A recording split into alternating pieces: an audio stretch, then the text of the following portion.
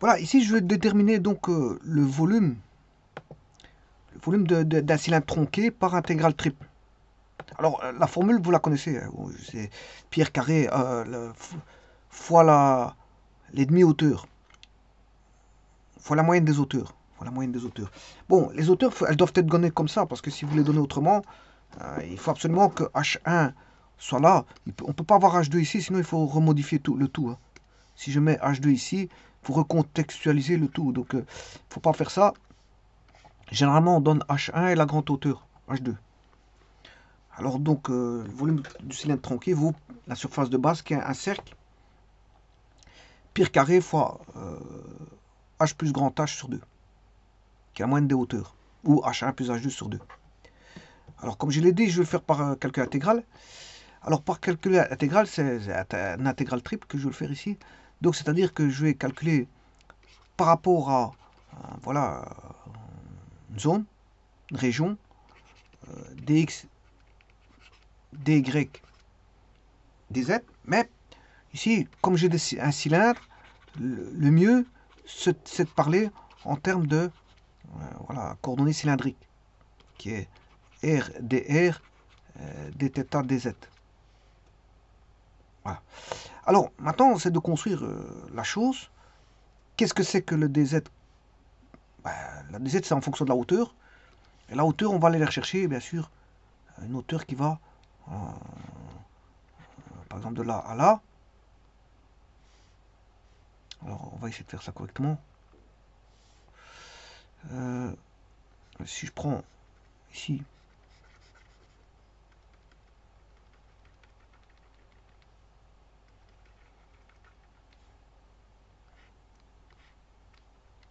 là, j'ai créé une tranche. Le but, c'est de créer des tranches, hein, des tranches de volume.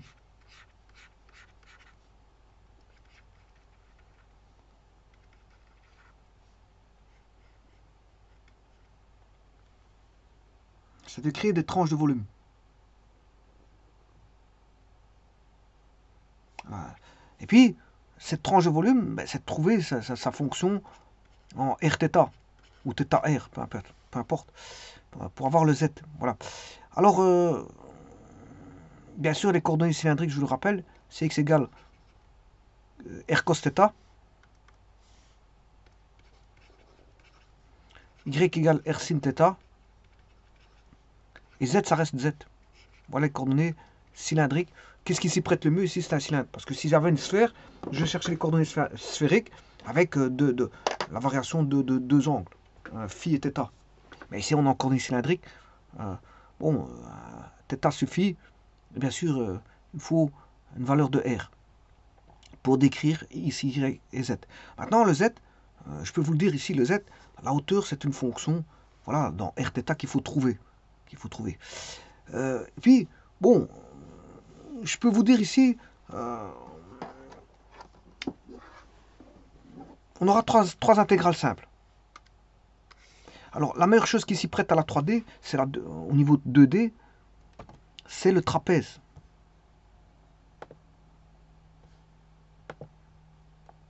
C'est le trapèze. C'est-à-dire que, ici, vous voyez bien qu'en 3D, on a le volume du cylindre tronqué qui vaut surface de base fois H1 plus H2 sur 2.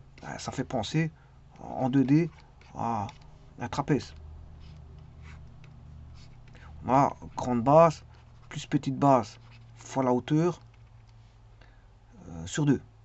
Donc la surface, c'est grande base plus petite base fois la sur 2, bien sûr, fois la hauteur.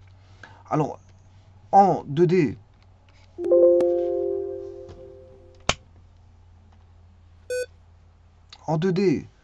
la surface de base correspondrait à la hauteur. Et cette demi-somme là correspondra à la demi-somme ici. Et à la place d'avoir ici une surface en 3D, ben on a un volume. Donc on a augmenté d'un degré. Voilà, d'un degré. On a augmenté d'un degré. Voilà, comment on appelle ça? D'une dimension.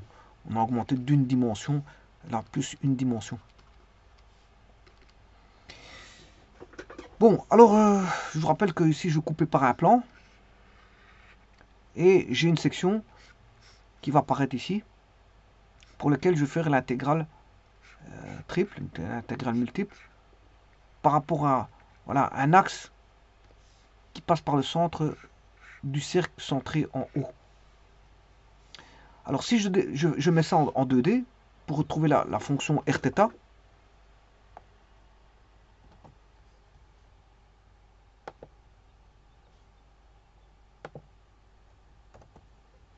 ben, je vais assimiler ceci à un trapèze. Alors, voilà notre objet. Je répertorie CD, AB et EF.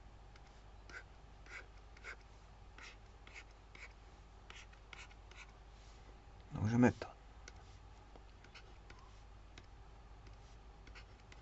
E, F, C, D, A, B.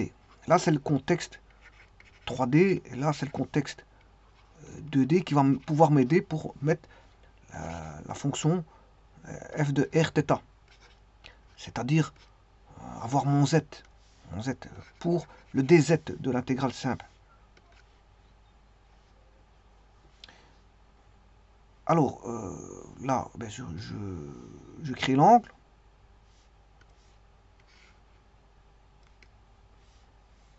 Par rapport à ceci, alors ça, vous avez compris, c'est quoi? C'est l'angle que vous avez, si je prends un plan voilà, qui reprend le cercle ici, voilà, ben, c'est l'angle entre les deux plans que je vais appeler θ. C'est l'angle entre les deux plans que j'appelle θ. Bon, là, bien sûr, il y a l'axe de révolution, enfin l'axe du cylindre tronqué. Mais l'axe du cylindre tronqué va passer par le centre du cercle de base.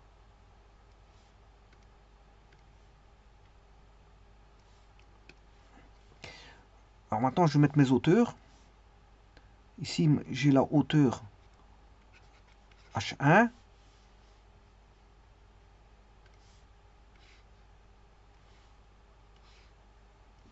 La grande hauteur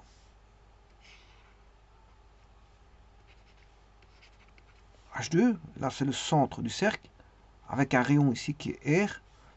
Là, c'est le centre O, pour lequel je travaille avec les coordonnées cylindriques, où je vais décrire R ici. Donc, d'office, on aura θ ici.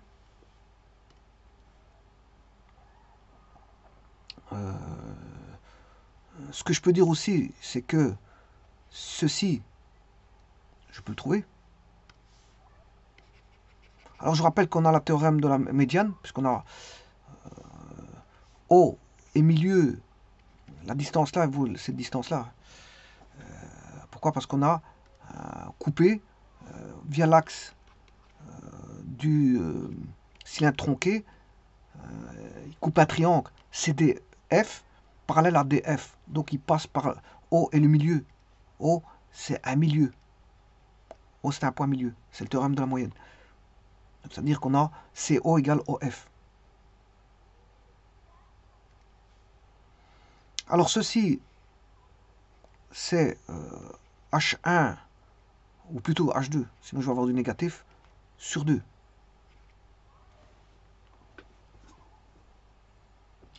Maintenant, un autre, celui-là, par rapport à O, et à la base, ceci c'est H1 plus H2 sur 2. Alors qu'est-ce qu'on constate? Que si je fais la distance de là à là, de là à là, c'est H1 plus H2 sur 2. Si je fais la somme avec ces distances-là, plus H2 moins H1 sur 2. Qu'est-ce que vous constatez? On a H2. Voilà. Alors, qu'est-ce que je recherche? Qu'est-ce que je cherchais? Ben, je vais chercher l'intégrale triple. Mais dans l'intégrale triple, j'ai besoin de la hauteur pour constituer mon élément de volume. Alors, je rappelle que si vous utilisez les coordonnées cartésiennes, un élément de volume, c'est un parallélépipède rectangle, delta x, delta y, delta z, avec la somme de delta x, somme de delta y, somme de delta z, tous les trois tendant vers 0.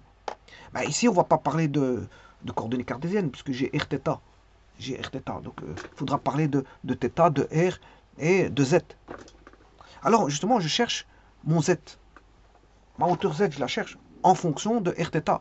Le tout, c'est d'introduire r et θ. Et c'est ce que je vais m'atteler à faire. Ici, je cherche mon z. Je cherche ma hauteur. Donnée, quel que soit r et quel que soit θ. Et donc, je rappelle que θ, c'est l'angle là. Alors, qu'est-ce qu'on peut dire? Qu'est-ce qu'on peut dire? Ben, que on a H1 plus H2 sur 2, et ceci, H1 moins H2, c'est ça. Alors, si je fais H2 moins H1 sur 2 divisé par R, divisé par c'est côté adjacent sur l'hypoténuse. Donc c'est le sinus θ. Côté opposé sur l'hypoténuse, je m'excuse. C'est côté opposé sur l'hypoténuse. Donc c'est le sinus θ. Donc ce qui veut dire que H2 moins H1 sur 2, ben, j'ai introduit là mon R et mon θ. Ça va être R sinus θ. Voilà, et ça, c'est vraiment fondamental pour mettre mon Z. Voilà comment est dépendant le H2 moins H1, c'est dépendant de θ, de R et de θ.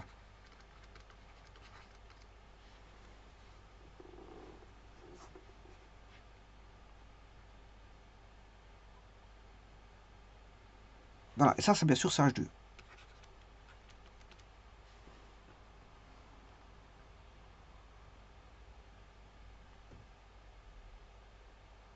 Bon, mon H2 ici, ça va être considéré un Z. Hein. Voilà. Ça va être toute tranche. Ici, je vais appeler ça, c'est par rapport à Z. Si je diminue, en fait, si je suis là, ben, le R, il sera là. Si je diminue ici le H2 moins H1, ben, il sera là. Donc, le but, c'est de tracer une tranche. Une tranche. Alors, on a un parallélépipède rectangle. Quand on a affaire à une intégrale triple de cartésienne, ben, on a voilà, des éléments qui sont des parallélépipèdes rectangles. Les éléments de volume sont des... Ben, ici, c'est pas un élément de volume, c'est une tranche qui ressemble à un morceau de fromage. Hein. Voilà, c'est un morceau de fromage. Donc, vous voyez que ici, je considérais non plus le H2, mais par rapport à Z. C'est Z. Voilà que vaut mon Z. Donc, j'essaie de construire ma tranche. Ma tranche... et donc, si vous avez compris l'intégrale, ben, je vais aller de... Voilà, on va aller de 0 à R. Hein. L'intégrale se fera en X de 0 à R. Et l'angle, ben, pour avoir mes fromages en éléments de volume, ben, il faut que je calcule jusque R, là, ici, des tranches de hauteur, des tranches basées sur une valeur en X, voilà, au centre du cercle, et bien sûr, je vais faire tourner sur 2π. Sur 2π. Donc, si vous avez compris ça, ben, voilà, je vais calculer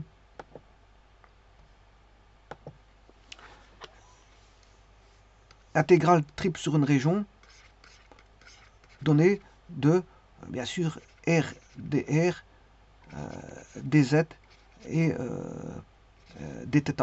Bon, alors je vous le dis tout de suite, je vais calculer d'abord par rapport à dz, parce que je suis en train de chercher le z pour calculer par rapport à dz. Bon, R étant, si je calcule d'abord par rapport à dz, je peux l'intégrer dans, voilà, dans la première intégrale, je peux le mettre dans la première intégrale simple. Je vous le dis tout de suite. Bon, je peux intégrer ceci, voilà, puis, alors là, ça sera de z égale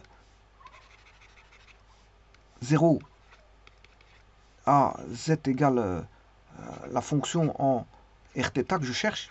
Je suis en train de chercher. Qui dépend de R et de θ. Ensuite, je calcule bien sûr sur 0 θ va aller de 0 à 2π. Et enfin, bon, ça c'est pour dθ, donc ce qui veut dire que celui-ci, c'est par après. Voilà, ça c'est la deuxième intégrale simple. Et la troisième intégrale simple,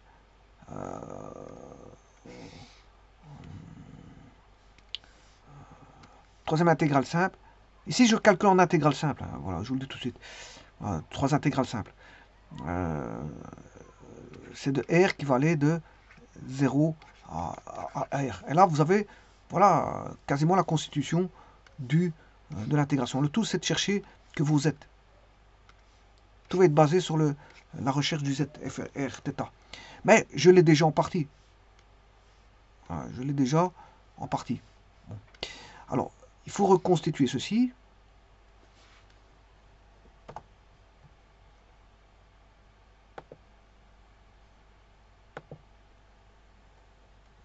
Bon, il faut le dessin. Je vais rechercher le dessin.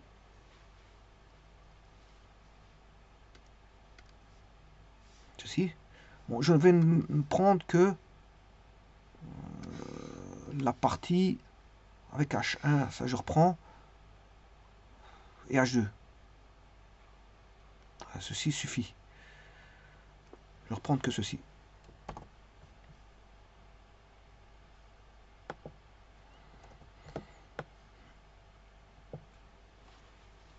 Bon. Alors, qu'est-ce que je peux dire de R sinus θ? R sinus θ, je peux dire que c'est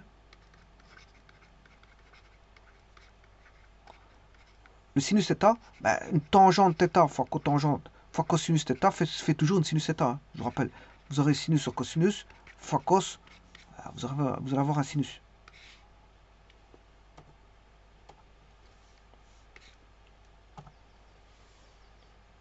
Vous allez avoir un sinus.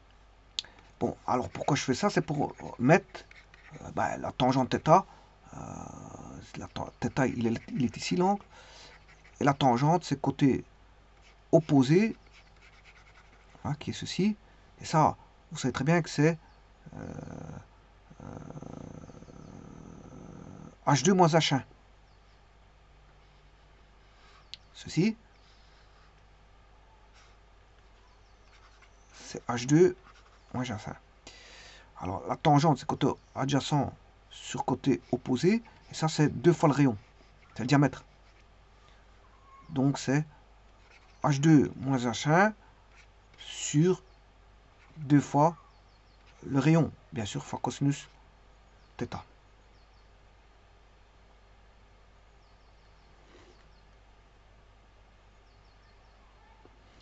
Donc, je peux dire aussi que c'est...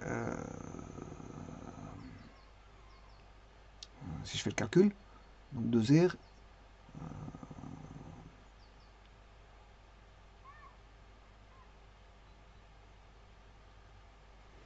Z,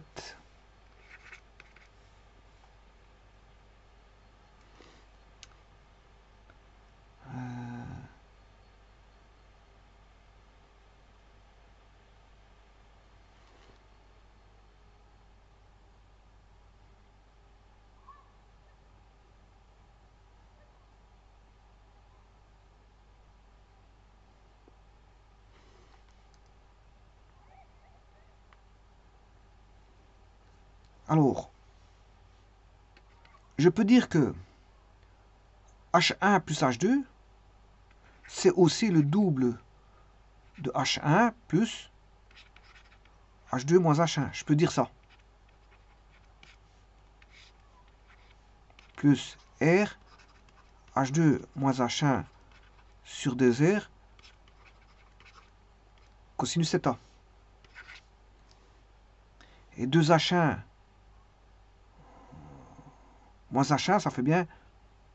Là, donc on aura 2H1 sur 2, ce qui fait H1, plus H2 moins H1 sur 2, plus R H2 moins H1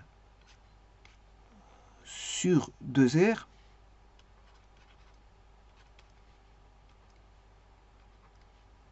fois cosinus θ. Voilà que vous êtes.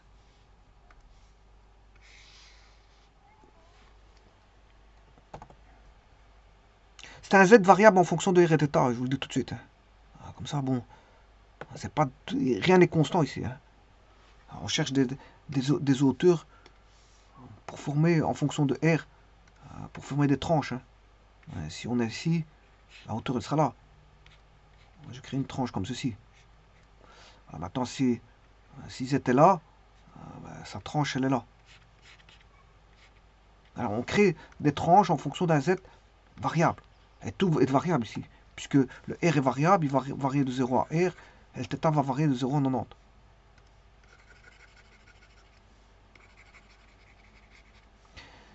Bon, si je mets H2 moins H1 en évidence, je vais avoir un demi 1 plus R sur grand R cos θ H2 moins H1. Voilà que vous êtes.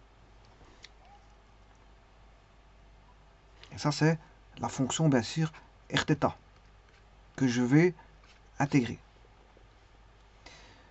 Bon, donc, je vais la réduire parce que c'est un peu trop grand. Et maintenant, je vais commencer mon intégrale triple, connaissant le z.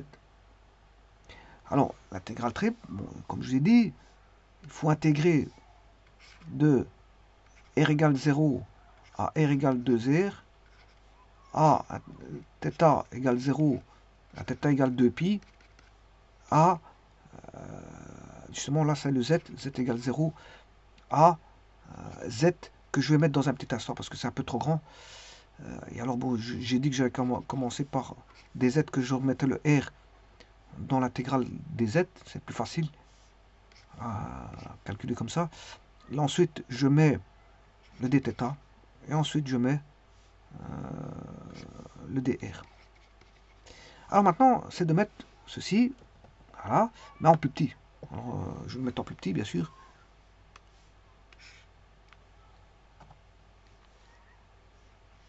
Z c'est f de Rθ.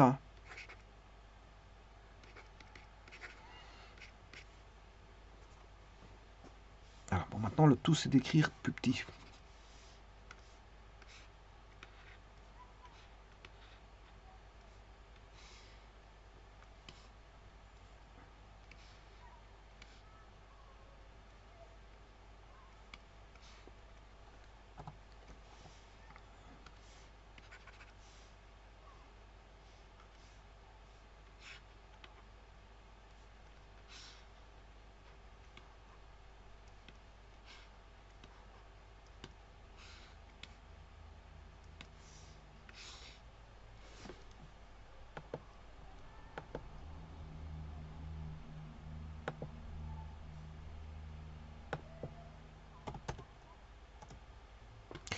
Voilà, je vais écrire ça comme ça. Bon, ça peut aller.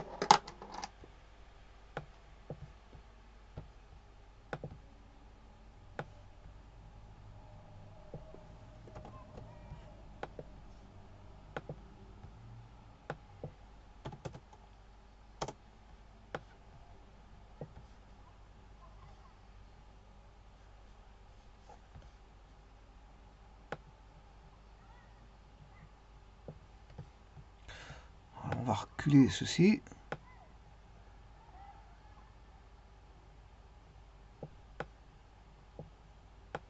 Voilà.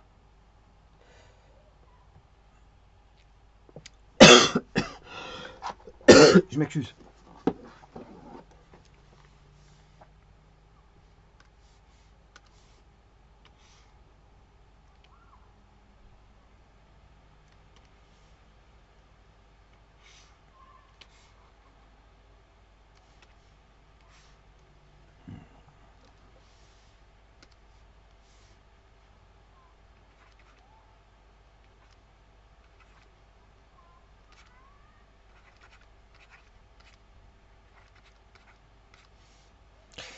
Voilà, il faut calculer cette intégrale-là. Voilà, l'intégrale triple, elle est là. Bon, il suffit de la calculer.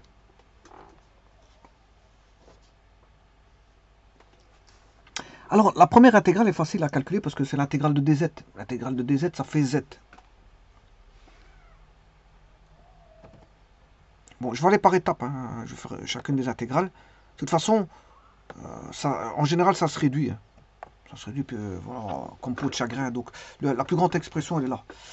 Alors, si je calcule l'intégrale de r dz, ben, r étant une constante par rapport à z. Donc, c'est r dz, ce qui fait r fois z. Entre les bornes z égale 0 et z égale z1. C'est-à-dire que vous allez avoir r z moins z1. Z1 moins 0. Z1 moins 0. On va avoir Z1 moins 0.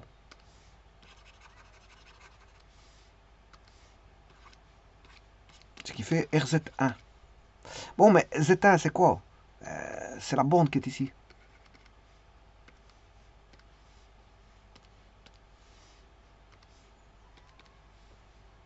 Bon, donc la borne, je la connais.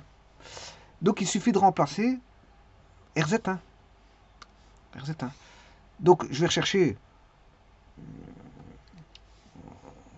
ceci. CTRL C. Voilà. Et faire fois R. Et là, si je fais fois R, voilà, j'aurai RH1, un demi. Ici, je vais tout développer. Hein. Ça fera RH1 plus 1 demi R plus R carré sur R cos θ. Et bien sûr, celui-ci, je vais directement multiplier par H2 moins H1. Je distribue H2 moins H1. Et celui-ci, H2 moins H1.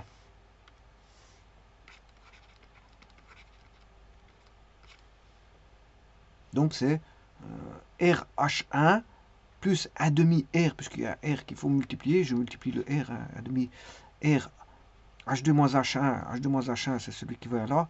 Puis je multiplie par R, ça fait R carré sur R, cos θ. Attention qu'il y a encore un 2. Parce que ce 2-là, il va venir ici et il va venir là.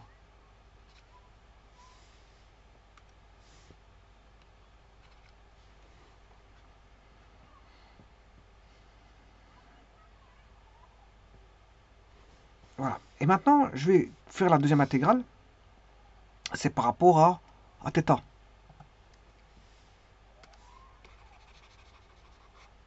Donc, je vais calculer la deuxième intégrale.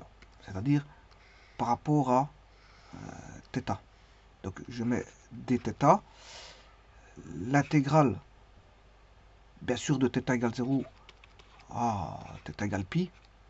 2pi. Voilà. Dθ.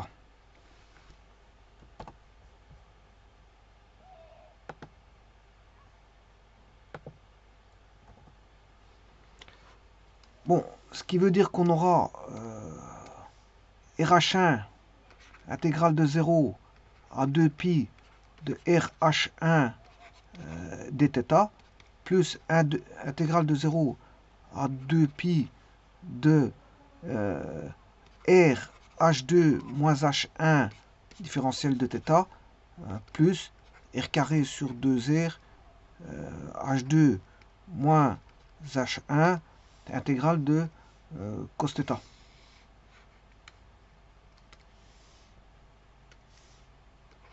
Cos θ dθ de 0 à 2pi. Bon. Alors, celui-ci, il va vous donner sinus θ. Alors, si je calcule de 0 à 2pi, ben, sinus de 2pi, ça fait 0, et sinus de 0, ça fait 0. Donc, ce qui veut dire qu'il n'y a même pas besoin de calculer ce terme-là. Ce terme-là, il vaudra 0. Par contre,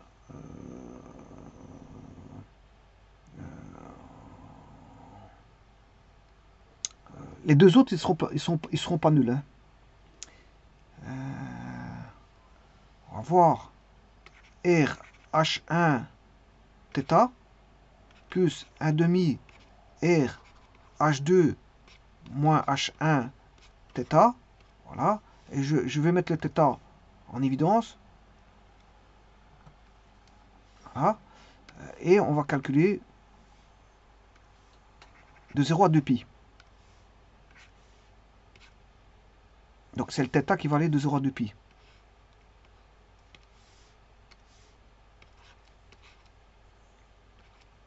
Et de 0 à 2π, c'est 2π moins 0. On aura 2π RH1 plus 1 demi R H2 moins 1 demi R H1 est égal à 2π. Je peux sortir le R. Alors on aura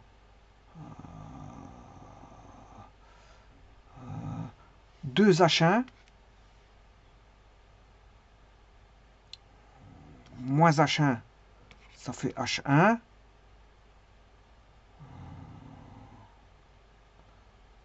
Donc on a 2 demi. H1 moins H1 demi, ça fait 1 demi H1. Et l'autre, il reste H2 demi. Donc ça m'intéresse beaucoup parce que j'ai H1 plus H2 pour l'instant. Sur 2.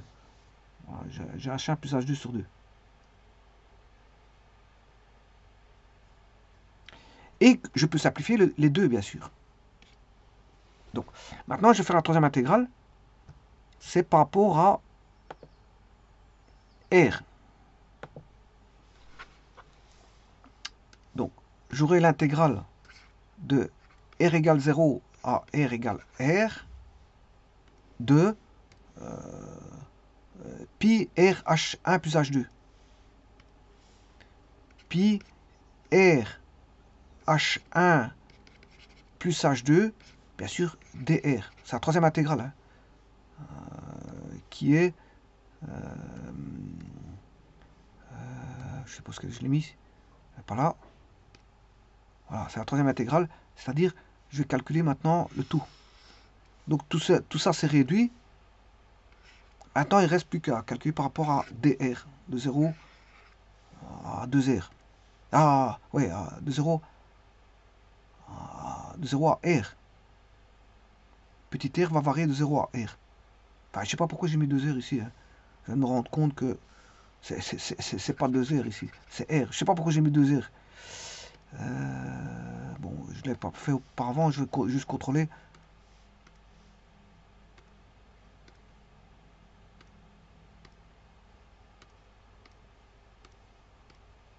Ah, ici j'avais mis R, donc c'est bon.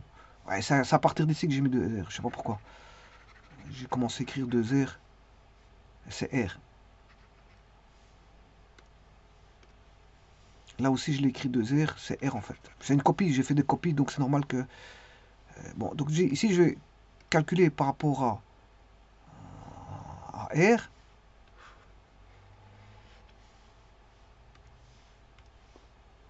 « 0 à R.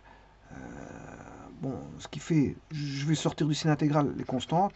1 plus pi et H1 plus H2. Voilà.